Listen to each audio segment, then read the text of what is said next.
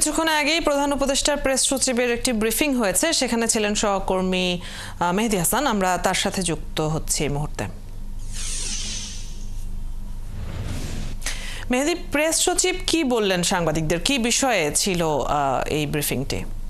কিছুক্ষণ আগে অদিতি, আপনি জানেন যে প্রেস সচিব, প্রধান উপদেষ্টার প্রেস সচিব সাংবাদিকদের সাথে একটি জরুরি সংবাদ সম্মেলন করেন এবং সেখানে তিনি জানান যে এই যে জুলাই আগস্টের যে গণ অভ্যুত্থান আছে এবং সেখানে যে অংশগ্রহণকারী প্রধান যে অংশগ্রহণকারী ছাত্র জনতা আছে এবং ছাত্র জনতাকে নিয়ে এবং পাশাপাশি অন্যান্য যে রাজনৈতিক দল আছে তাদেরকে সবাইকে নিয়ে একটি ঘোষণাপত্র করা হবে। শীঘ্রই এই ঘোষণাপত্রটি করা হবে এবং সেখানে বাংলাদেশের আপামর সব জনতা এবং সবার একটা মতামতের উপর ভিত্তি করে এই ঘোষণাপত্রটি তৈরি করা হবে এবং এই ঘোষণাপত্রটি কিন্তু আসলে খুব শীঘ্রই প্রকাশ করা হবে এবং প্রেস সচিব বলেন যে এই ঘোষণাপত্রটিতে সবার মতামতই আসলে মূল্যায়ন করা হবে।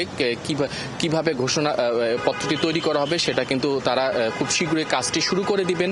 সেখানে যাদের মতামত থাকবে বা প্রাধান্য পাবে তারা হচ্ছে এই আন্দোলনে অংশগ্রহণকারী ছাত্র জনতা এবং সকল রাজনৈতিক দল, যারা বড় বড় রাজনৈতিক দল আছে তারা কিন্তু সবাই এই ঘোষণাপত্রে মতামত দিবেন, এমনটাই ইঙ্গিত দিয়েছেন প্রেস সচিব এবং বলছেন যে এবং এই ঘোষণাপত্রটি তৈরি হয়ে গেলে সেটি সকল সরকারি প্রতিষ্ঠান, বেসরকারি প্রতিষ্ঠানে কিন্তু এটা বা জনসাধারণ মানুষের সামনে সেটি উপস্থাপন করা হবে। অদিতি। মেহেদী, আপনার কাছ থেকে আমরা জেনে নিচ্ছিলাম এ বিষয়ে। দর্শক, প্রধান উপদেষ্টার প্রেস সচিবের ব্রিফিং সম্পর্কে সহকর্মী মেহেদী হাসান জানিয়ে দিচ্ছিলেন।